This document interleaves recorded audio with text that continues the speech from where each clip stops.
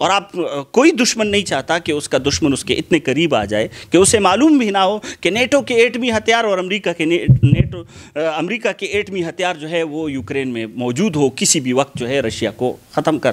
یہ کمپٹیشن ہو رہی ہے. ٹھیک ہے. تیسری بات، اس کا تیسرا پہلو جو ہے وہ یہ ہے بچے کہ کبھی بھی جو عالمی طاقتیں ہیں یہ کبھی بھی اپنی ریاستوں کے اندر جو ہے نہیں لڑتے، یہ اپنی طاقت کو آزماتے ہیں ایک نیوٹرل جگہ پر. ہوم گراؤنڈ دوسری جگہ ہوتی ہے. یہ کبھی بھی اپنے اس پر جو ہے طاقت کا آزمائش نہیں کرتے. روس ایٹامک پاور ہے، امریکہ ایٹامک پاور، فرانس کا صدر بھی جو ہے وہ بتا چکا کہ ہمارے پاس بھی ایٹمی طاقت ہے. But they are not actually flexing their military might on their own lands. اپنی کنٹری میں یہ نہیں کرتے. کبھی افغانستان میں آپ کو یہ برسر پیکار نظر آئیں گے، کہیں شام میں یہ آپ کو ایک دوسرے کے برسر پیکار نظر آئیں گے، کہیں یہ آپ کو عراق میں برسر پیکار نظر آئیں گے، جیسے کہ پوری دنیا میں ہو رہا ہے، کہ یمن میں ہو رہا ہے، جیسے اس سے پہلے کولڈ وار ہوئی ہے. اب یہ جو ہیں یہ مختلف ڈائمنشن ہے، یہ مختلف پہلو ہیں جہاں سے ہم اس تنازع کو ایک عالمی تنازع قرار دیتے ہیں. پھر اب جب یہ جنگ، اس تنازع کا آغاز ہوتا ہے تو وہ کیوں ہوتا ہے، یہ سوال پیدا ہوتا ہے. اس تنازع کا آغاز بنیادی طور پر اس وقت ہو چکا ہوتا ہے جب رشیا جو ہے وہ 16 ریاستوں میں تقسیم ہو چکا ہے. تھوڑا سا اس کی تاریخی پس منظر ہے. وہ 16 ریاستوں میں اس کو توڑ دیا گیا. وہ پولیٹیکل کمپٹیشن تھی، وہ ملٹری کمپٹیشنز تھی، وہ جو ہے ڈیموکریٹک کمپٹیشن، ڈیموکریسی کے لیے کمپٹیشن تھی. اس کے کئی پہلو ہیں. تو اس وقت سے جو ہے یہ منوورنگ ہو رہی ہے، اپنے بلاکس بنائے جا رہے ہیں، مختلف جو اپنی کیا کہتے ہیں کولیشنز بنائے جا رہے ہیں. اس کے بنانے کا مقصد جو ہوتا ہے وہ دو بڑے مقاصد ہوتے ہیں. ایک پولیٹیکل لیوریج، دوسرا اکنامک ایڈوانٹیجز. یہ انسانی تاریخ کا جو ہے پورا وہ ہے کہ انسان ہمیشہ سے جو ہے ان دو مقاصد کے لیے ایک دوسرے کے خلاف برسر پیکار رہا ہے کہ زیادہ سے زیادہ اکنامک کنٹرول، زیادہ سے زیادہ مارکیٹس کنٹرول، زیادہ سے زیادہ اپنی وہ جو ہے ایڈوانٹیج حاصل کیے جا سکیں. تو یہ ایک اور ڈائمنشن اس کا بنتا ہے. ہمیں اس تناظر سے بھی اس کو دیکھنا ہے. تو یہ کیا گیا کہ یوکرین میں ایک یہودی جو فنی آرٹسٹ ہوتا ہے، جس طرح چارلی چپلن اور اس قسم کا ہوتا ہے، اس کو یوکرین کا صدر بنا دیا گیا. یہیں سے اس کا آغاز ہوتا ہے، اس تنازع کا.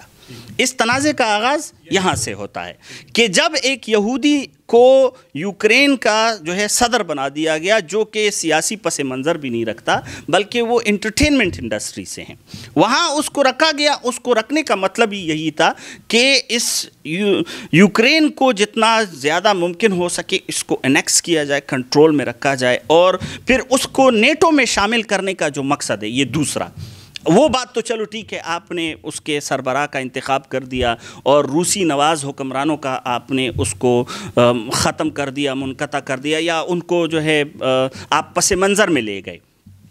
لیکن اب یہ جو ہے انتہا پہ بات پہنچ چکی ہے.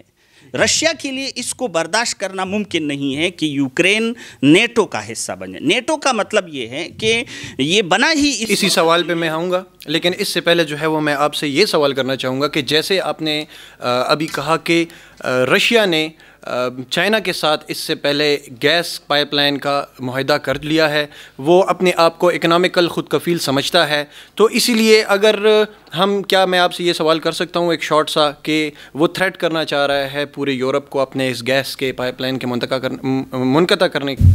دیکھیں، یورپ کے لیے ممکن نہیں ہے کہ وہ منقطع کریں، کیونکہ ان کے پاس الٹرنیٹیو نہیں ہے. یورپ کے پاس الٹرنیٹیو نہیں ہے ان کے پاس کہ وہ اتنے جلدی سے ارینجمنٹ کر سکے اور اپنی انرجی ریکوائرمنٹس کو فلفل کر سکے. تو صرف میرے خیال میں یہی کچھ وجوہات ہے جس کی وجہ سے وہ بیک فٹ پہ ہیں اور صرف جو ہے وہ اسلحہ یا باقی امداد کری جا رہی ہے. ایکچوئل انوالومنٹ ان کی نہیں ہے، تو اس کی وجوہات یہی ہے کہ they don't have the alternative. ٹھیک ہے. اگر ان کے پاس الٹرنیٹیو ہوتا تو امریکہ کا کہنے کہ ہاں میں ہاں مل جاتا، یورپ یہ اب مجھے ممکن یہ نظر آ رہا ہے کہ بظاہر تو ہمیں جو عالمی میڈیا ہے، اب میں میڈیا کی طرف بھی آؤں گا، بظاہر عالمی میڈیا یہ پروجیکٹ کرنے کی کوشش کر رہا ہے کہ پوری دنیا جو ہے وہ رشیا کے خلاف ہے.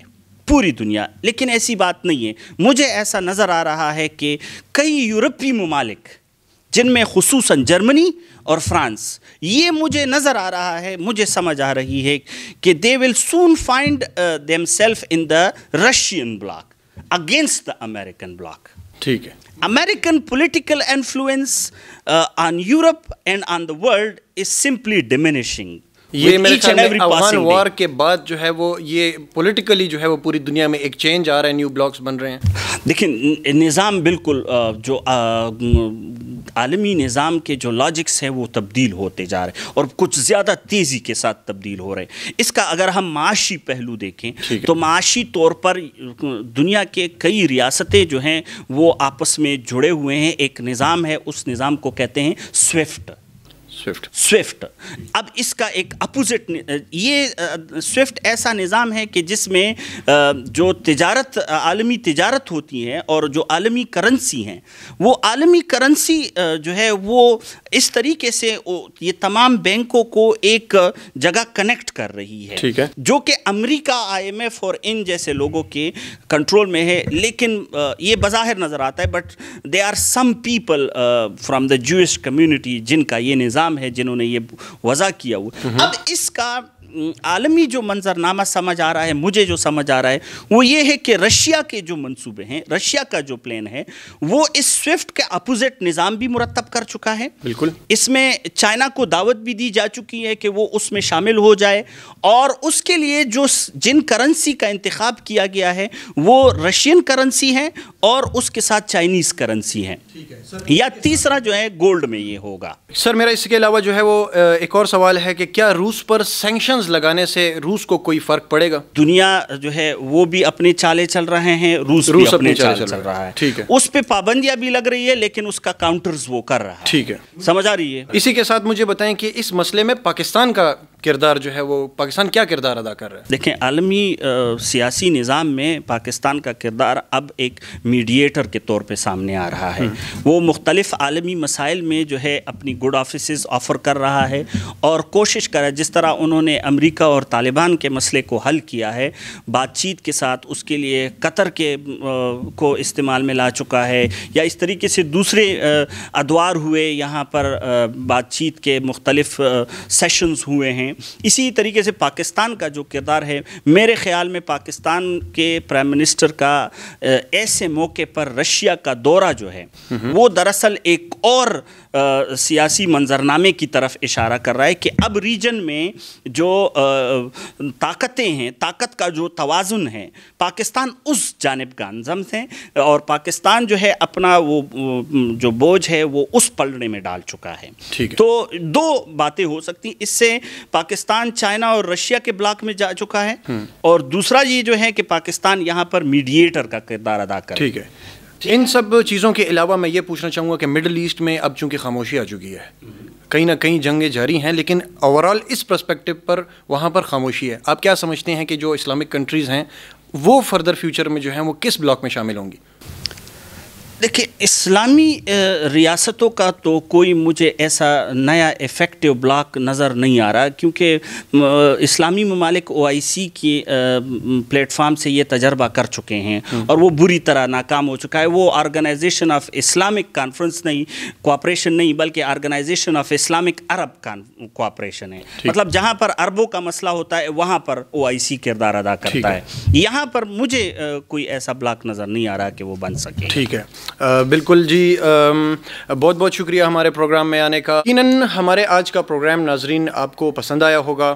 اپنے قیمتی آراء سے ہمیں آگاہ کرتے رہیے گا. فی الحال کے لیے اتنا ہی، اجازت چاہتے ہیں. اللہ حافظ.